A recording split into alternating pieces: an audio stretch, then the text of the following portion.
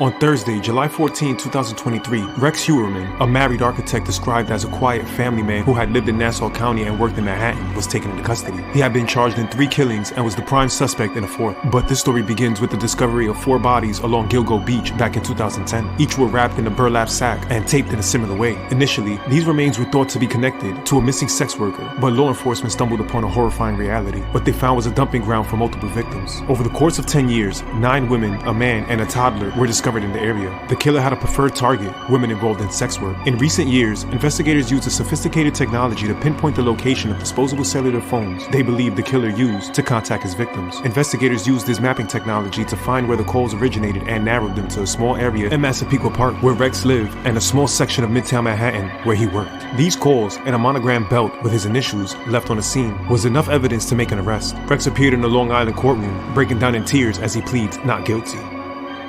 Charles Cullen was born on February 22, 1960 in New Jersey. He described his childhood as miserable and claimed to have been constantly bullied at school. At age 9, he made the first of many suicide attempts by drinking chemicals from a chemistry set. After graduating high school, Charles enlisted in the Navy. He did not fit in and was also bullied by his fellow crewmen. He attempted suicide and was committed to the Navy Psychiatric Ward several times. Charles received a medical discharge in '84. Shortly after, he enrolled in nursing school. Over a 16-year period, Charles worked in various hospitals across New Jersey and Pennsylvania. His preferred method of killing was administering lethal doses of medications, often difficult to trace. After his divorce, Charles took some months off from work and was treated for depression in 2 psychiatric facilities, attempting suicide again before returning to work. Even with his history of mental instability and the number of deaths during his employment, Charles continued to find work because of a national shortage of nurses. A fellow nurse alerted police after becoming alarmed about Charles' records of accessing drugs and his links to patient deaths. Investigators assigned her to talk with Charles after work while wearing a wire. With that evidence, police had produced enough probable cause for arrest. Charles confessed to as many as 40 murders, of which 29 have been confirmed. He is serving 18 life sentences.